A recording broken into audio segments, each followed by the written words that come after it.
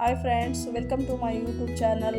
ಯಾರೆಲ್ಲ ಹೊಸದಾಗಿ ನನ್ನ ಯೂಟ್ಯೂಬ್ ಚಾನಲ್ನ ನೋಡ್ತಾ ಇದ್ದೀರೋ ಸಬ್ಸ್ಕ್ರೈಬ್ ಮಾಡ್ಕೊಳ್ಳಿ, ಹಾಗೆ ಪಕ್ಕದಲ್ಲಿರೋ ಬೆಲ್ಲೈಕನ್ನ ಕ್ಲಿಕ್ ಮಾಡ್ಕೊಳ್ಳಿ. ಹಾಯ್ ಫ್ರೆಂಡ್ಸ್, ಎಲ್ಲರೂ ಹೇಗಿದ್ದೀರಾ? ನೀವು ಚೆನ್ನಾಗಿರೋದು ಅಂದ್ಕೊಂಡಿದ್ದೀನಿ. ಶ್ರೀರಾಮ ನವಮಿಯ ಶುಭಾಶಯಗಳು ಎಲ್ರಿಗೂ.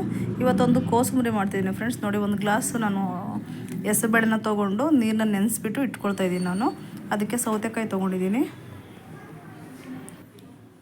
ಮತ್ತು ಇವಾಗ ನೋಡಿ, ಹೆಸರುಬೇಳೆ ನೆಂದಿದೆ. ಒಂದು 10 ಮಿನಿಟ್ಸ್ ನೆನೆಸ್ಕೊಟ್ರೆ ಸಾಕು ಫ್ರೆಂಡ್ಸ್. ಇವಾಗ ನಾನು ಒಂದು ಪಾತ್ರೆಯಲ್ಲಿ ಹೆಸರುಬೇಳೆನ ಚೇಂಜ್ ಮಾಡ್ಕೊಳ್ತಾಯಿದ್ದೀನಿ, ಶಿಫ್ಟ್ ಮಾಡ್ಕೊಳ್ತಾಯಿದ್ದೀನಿ. ಎಲ್ಲ ಹೆಸರುಬೇಳೆನೂ ಹಾಕ್ಕೊಂಡು ಒಂದೊಂದೇ ನಾನು ತೋರಿಸ್ತೀನಿ ಏನು ಹಾಕೋದು ಅಂತ ಹೇಳ್ಬಿಟ್ಟು. ತುಂಬ ಈಸಿಯಾಗಿರುತ್ತೆ ಫ್ರೆಂಡ್ಸ್, ಓಕೆನಾ? ನೀವು ಅಕಸ್ಮಾತ್ ಬರೀ ರಾಮನವಮಿ ಹಬ್ಬಕ್ಕೆ ಅಂತಲೇ ಇಲ್ಲ, ಇವಾಗ ಹೆಂಗಿದ್ರು ಬೇಸಿಗೆ ಬಿಸಿಲು ತುಂಬಾ ಇದೆ ಅಲ್ವಾ? ಈ ಟೈಮ್ನಲ್ಲಿ ನೀವು ಅದನ್ನು ಮಾಡ್ಕೊತಿದ್ರೆ ತುಂಬ ತಂಪಾಗಿರುತ್ತೆ. ನೋಡಿ, ಚಿಕ್ಕದಾಗಿ ಕಟ್ ಮಾಡಿಕೊಂಡ್ರೆ ಸೌತೆಕಾಯಿನ ಹಾಕ್ಕೊಳ್ತಾಯಿದ್ದೀನಿ. ಇವಾಗ ಸೌತೆಕಾಯಿ ಮತ್ತು ತುರಿದಿಟ್ಟಿರುವಂಥ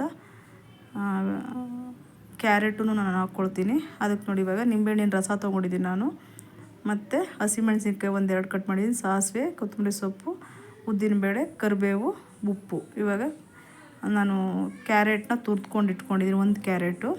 ಒಂದು ಕ್ಯಾರೆಟನ್ನು ಇದರಲ್ಲಿ ಹಾಕ್ಕೊಳ್ತಾಯಿದ್ದೀನಿ ನಾನು. ಇವಾಗ ಇದೆಲ್ಲ ಒಗ್ಗರಣೆಗೆ ನಾನು ತೋರಿಸ್ತೀನಿ. ಇವಾಗ ಸಾಲ್ಟನ್ನು ಹಾಕ್ಕೊಳ್ತೀನಿ. ನಾನು ಪುಡಿ ಉಪ್ಪನ್ನ ಯೂಸ್ ಮಾಡ್ತೀನಿ ಇದಕ್ಕೆ. ಇವಾಗ 1-2 ಚಮಚ ಹಾಕ್ಕೊಳ್ಳೋಣ. ಚಿಕ್ಕದಲ್ವಾ, ಅದರಲ್ಲಿ 1-1.5 ಚಮಚದಷ್ಟು ಹಾಕ್ಕೊಂಡ್ರೆ ಸಾಕು. ಒಂದು ಸ್ಪೂನ್ ಫುಲ್ ಹಾಕ್ಕೊಳ್ತಾಯಿದ್ದೀನಿ.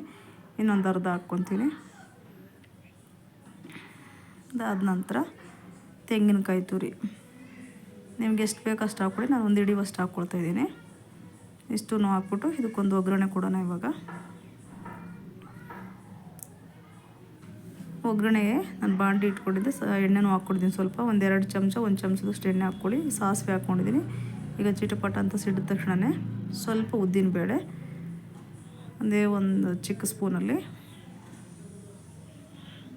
1 ಸ್ಪೂನ್, ಅದು ಚೆನ್ನಾಗಿ ಒಂದು ಸ್ವಲ್ಪ ಕೆಂಪು ಕಲರ್ ಆಗಲಿ. ಸ್ವಲ್ಪ ಕಲರ್ ಆದ ತಕ್ಷಣ ಹಸಿಮೆಣ್ಸಿನ್ಕಾಯಿ ಚಿಕ್ಕದಾಗಿ ಕಟ್ ಮಾಡಿದ್ನಲ್ಲ, ಒಂದು 3 ಹಸಿಮೆಣ್ಸಿನ್ಕಾಯಿನ ನಾನು ಹಾಕ್ಕೊಳ್ತಾಯಿದ್ದೀನಿ ಇದಕ್ಕೆ. ಮತ್ತು ಸ್ವಲ್ಪ ಕರಿಬೇವಿನ ಸೊಪ್ಪು ತೋರಿಸ್ತೀನಿ. ಸ್ವಲ್ಪ ಕರಿಬೇವಿನ ಸೊಪ್ಪು ನೋಡಿ, ಅದನ್ನು ಚಿಕ್ಕದಾಗಿ ಕಟ್ ಮಾಡಿದ್ದೆ. ಬೇಕಾದ್ರೆ ನೀವು ಫುಲ್ ಬೇಕಾದರೂ ಹಾಕ್ಕೊಳ್ಬೋದು, ನಾನು ಕಟ್ ಮಾಡಿದ್ದೆ. ಅದನ್ನು ಸ್ವಲ್ಪ ಅದರಲ್ಲೇ ಹಾಕ್ಕೊಳ್ತೀನಿ. ಇವಾಗ ಒಗ್ಗರಣೆನ ಆಫ್ ಮಾಡಿಬಿಡ್ತೀನಿ ನಾನು. ಸ್ಟವ್ನ ಆಫ್ ಮಾಡಿಕೊಂಡು ನಾನೆಲ್ಲ ಹಾಕಿಟ್ಕೊಂಡಿರೋಂಥ ಹೆಸರುಬೇಳೆ ಒಳಗಡೆ ಈ ಒಗ್ಗರಣೆನ ನಾನು ಹಾಕ್ತೀನಿ. ನೋಡಿ, ಆಗಿದೆ. ಇವಾಗ ಒಗ್ಗರಣೆನ ಅದರಲ್ಲಿ ಹಾಕ್ಬಿಟ್ಟು ಚೆನ್ನಾಗಿ ಮಿಕ್ಸ್ ಮಾಡ್ಕೋಬೇಕು. ಮತ್ತು ನಿಂಬೆ ರಸನ ನಾನು ಹಿಂಡ್ಬಿಟ್ಟು ಇಟ್ಕೊಂಡಿದ್ದೀನಲ್ವ, ಒಂದು ಹಾಫ್ ನಿಂಬೆಹಣ್ಣಿನ ರಸನ ತೊಗೊಂಡಿದ್ದೀನಿ ನಾನು. ಆ ನಿಂಬೆಹಣ್ಣಿನ ರಸನು ಅದರಲ್ಲೇ ಹಾಕ್ಕೊಳ್ಬೇಕಾಗತ್ತೆ. ನಾನು ತೋರಿಸ್ತೀನಿ ನೋಡಿ. ನಿಂಬೆಹಣ್ಣಿನ ರಸ ಒಂದು ಹಾಫು, ಓಕೆನಾ? ಇವಾಗ ಎಲ್ಲದನ್ನು ಹಾಕ್ಬಿಟ್ಟು ಚೆನ್ನಾಗಿ ಮಿಕ್ಸ್ ಮಾಡಿದ್ರೆ ಕೊತ್ತಂಬರಿ ಸೊಪ್ಪು ಫೈನಲಾಗಿ ರೆಡಿಯಾಗುತ್ತೆ ಫ್ರೆಂಡ್ಸ್. ತುಂಬ ಚೆನ್ನಾಗಿ, ತುಂಬ ಟೇಸ್ಟಿಯಾಗಿತ್ತು, ಓಕೆನಾ? ನೀವು ಮನೆಯಲ್ಲಿ ನೀವು ಎಲ್ಲ ಟೈಮ್ನಲ್ಲೂ ಮಾಡ್ಕೊಂಡು ತಿನ್ಬೋದು ಫ್ರೆಂಡ್ಸ್. ಏಕೆಂದರೆ ಹೆಸರುಬೇಳೆ ತುಂಬ ತಂಪು ನಮ್ಮ ದೇಹಕ್ಕೆ, ಓಕೆನಾ?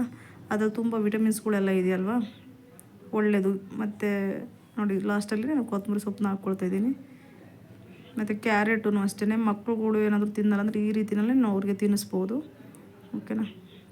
ಈ ಥರ ಮಾಡಿ ಚೆನ್ನಾಗಿ ಒಂದು ಮಿಕ್ಸನ್ನು ಮಾಡಿಕೊಂಡ್ರೆ ಕೋಸಂಬರಿ ರೆಡಿ ಆಯಿತು. ಚೆನ್ನಾಗಿ ಒಂದು ಮಿಕ್ಸನ್ನು ಕೊಟ್ಬಿಡೋಣ. ನೋಡಿ, ಚೆನ್ನಾಗಿ ಮಿಕ್ಸ್ ಮಾಡಿಕೊಡಿ. ಇದು ಇವಾಗ ರೆಡಿ ಆಯಿತು ನೋಡಿ, ಫೈನಲಾಗಿ ರೆಡಿ ಆಗಿದೆ. ಇವಾಗ ನಾನು ಬೌಲ್ನಲ್ಲಿ ದೇವರಿಗೆ ನೈವೇದ್ಯಕ್ಕೆ ಇಡೋದಕ್ಕೆ ಅಂತ ಹೇಳ್ಬಿಟ್ಟು ಬೌಲ್ನಲ್ಲಿ ಹಾಕ್ಕೊಳ್ತಾಯಿದ್ದೀನಿ ನಾನು. ಇದಾದ ನಂತರ ನಾನೊಂದು ಪಾನಕ ತೋರಿಸ್ತೀನಿ ನೋಡಿ. ಬೆಲ್ಲ ತೊಗೊಂಡಿದ್ದೀನಿ. ಒಂದು 1/4 kg ಇಲ್ಲ, ಒಂದು 100-200 ಗ್ರಾಮಷ್ಟು ಇರ್ಬೋದು ಅನಿಸುತ್ತೆ. ಬೆಲ್ಲನ ತೊಗೊಂಡಿದ್ದೀನಿ. ಇದನ್ನು ನೀರು ಹಾಕ್ಬಿಟ್ಟು ನೆನೆಸಿಟ್ಕೋಬೇಕು. ಓಕೆ, ನಾನು ಒಂದು ಅರ್ಧ ಲೀಟ್ರಷ್ಟು ನೀರನ್ನು ಹಾಕ್ಬಿಟ್ಟು ನೆನೆಸ್ಬಿಟ್ಟು ಬೆಲ್ಲನ ಬಿಡ್ತೀನಿ. ಒಂದು ಅರ್ಧ ಗಂಟೆ, 1 ಅವರ್ ನಿಮಗೆ ಟೈಮ್ ಇದ್ದರೆ. ಇಲ್ಲ ತುರಿದ್ಬಿಟ್ಟು ಬೇಕಾದ್ರೂ ನೀವು ಹಾಕ್ಕೊಳ್ಬೋದು, ಓಕೆನಾ? ನಾನು ಸ್ವಲ್ಪ ಟೈಮ್ ಇದೆ ಅಂತ ಬೆಳಗ್ಗೆ ನೆನೆಸ್ಬಿಟ್ಟಿಟ್ಟಿದ್ದೆ. ಇವಾಗ ನೋಡಿ, ಅದಕ್ಕೆ ಕರ್ಬೇವಿನ ತಂದಿದ್ವಿ. ಏಲಕ್ಕಿ ಒಂದು 4 ಏಲಕ್ಕಿನ ಸುರಿದ್ಬಿಟ್ಟು ಬೀಜ ಹಾಕ್ಬಿಟ್ಟು ಇದನ್ನು ಸ್ವಲ್ಪ ತರಿಯಾಗಿಯೇ ರುಬ್ಕೊಳ್ಬೇಕು ಫ್ರೆಂಡ್ಸ್. ನೋಡಿ ರುಬ್ಬಿದೆ ನಾನು ಇವಾಗ. ಒಂದ್ಸರಿ ಇದು ನೈಸಾಗಿ ರುಬ್ಕೊಂಡೆ, ಮತ್ತು ಇದನ್ನು ತರಿಯಾಗಿ ರುಬ್ಕೊಳ್ತಾಯಿದ್ದೀನಿ. ಇವಾಗ ನಾನು ಒಂದು ಪಾತ್ರೆನಲ್ಲಿ ಹಾಕ್ಕೊಳ್ತಾಯಿದ್ದೀನಿ. ಮತ್ತು ಇವಾಗ ನೋಡಿ ಬೆಲ್ಲನ ನಾನು ತೋರಿಸಿದ್ನಲ್ವ, ನೆನೆಸಿಟ್ಕೊಂಡಿದ್ನಲ್ಲ, ಫುಲ್ ಎಲ್ಲ ನೋಡಿ ಬೆಲ್ಲ ಎಲ್ಲ ಫುಲ್ ಕರಗಿದೆ ನೋಡಿ. ಒಂದು ಸ್ವಲ್ಪ ಲಾಸ್ಟಲ್ಲಿ ಒಂದು ಸ್ವಲ್ಪ ಓದಿದೆ. ಚೆನ್ನಾಗಿ ಇದನ್ನು ಇವಾಗ ಮಿಕ್ಸ್ ಮಾಡ್ಕೊಂಬಿಟ್ಟು ಸೋದಿಸ್ಕೊಳ್ಳೋಣ. ಈ ಕರಿಬೀಜದ ಹಣ್ಣಿನೊಳಗಡೆ ಸೋದಿಸ್ಕೊಳ್ತಾ ಇದ್ದೀನಿ ನಾನು ಇವಾಗ. ಅದರಲ್ಲಿ ಕಡ್ಡಿ ಕೆಸರು ಏನಾದರೂ ಇದ್ದರೆ ಕ್ಲೀನಾಗಿರುತ್ತೆ, ಓಕೆನಾ. ಆ ಥರ ಸೋಸಿದ್ರೆ, ನೀವು ಡೈರೆಕ್ಟ್ ಆದರೆ ಕಡ್ಡಿ ಕೆಸರು ಏನಾದರೂ ಇತ್ತು ಅಂತಂದರೆ ಅದು ಬಾಯಿಗೆ ಸಿಗುತ್ತೆ, ಒಂಥರ ಅನಿಸುತ್ತೆ, ಓಕೆನಾ. ಈ ಥರ ಸೋದಿಸ್ಕೊಳ್ಳಿ. ಸೋದಿಸ್ಕೊಂಬಿಟ್ಟು ಚೆನ್ನಾಗಿ ಒಂದು ಮಿಕ್ಸ್ ಮಾಡಿಕೊಂಡು ಒಂದು ಸ್ವಲ್ಪ ತೆಂಗಿನ ತುರಿನ ಹಾಕ್ಕೊಳ್ಳಿ ಫ್ರೆಂಡ್ಸ್. ಒಂದು ಸ್ವಲ್ಪ 1-2 ಸ್ಪೂನ್ ಅಷ್ಟು. ಅದು ಬಾಯಿಗೆ ಸಿಗ್ತಾ ಇದ್ದರೆ ಸಖತ್ತಾಗಿರುತ್ತೆ, ಓಕೆನಾ. ಆ್ಯಕ್ಚುಲಿ ತೆಂಗಿನ ತುರಿನ ಒಬ್ಬೊಬ್ರು ಹಾಕಲ್ಲ ಅನಿಸುತ್ತೆ. ಈ ಥರ ಮಾಡಿ ನೋಡಿ, ತುಂಬಾ ಚೆನ್ನಾಗಿರುತ್ತೆ.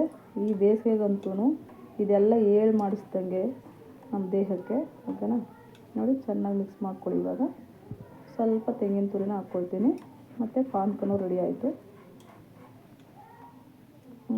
ಸ್ವಲ್ಪ ಚೆನ್ನಾಗಿ ಮಿಕ್ಸ್ ಮಾಡಿಕೊಂಡು ಏಲಕ್ಕಿನ ಮೇಲೆ ಬೇಕಾದ್ರೂ ಅದರಲ್ಲಿ ಹಾಕಲಿಲ್ಲ ಅಂದರೆ ಕುಟ್ಬಿಟ್ಟು ಬೇಕಾದರೂ ಹಾಕ್ಕೊಳ್ಬೋದು, ಓಕೆನಾ. ಈಗ ಅದನ್ನು ನಾನು ಲೋಟದಲ್ಲಿ ರೆಡಿ ಮಾಡ್ಕೊಳಕ್ಕೆ ತೋರಿಸ್ತೀನಿ. ಇದು ಅವಲಕ್ಕಿ, ಶ್ರೀಕೃಷ್ಣನಿಗೆ ತುಂಬ ಇಷ್ಟವಾದ ಅವಲಕ್ಕಿ ಫ್ರೆಂಡ್ಸ್. ಅದಕ್ಕೆ ನಾನು ಅವಲಕ್ಕಿನ ಒಂದು 10 ಮಿನಿಟ್ಸು ನೆನೆಸಿಟ್ಕೊಂಡಿದ್ದೆ, ಅದನ್ನು ನೈವೇದ್ಯಕ್ಕೆ ಇಡೋದಕ್ಕೆ ಅಂತ ಹೇಳ್ಬಿಟ್ಟು.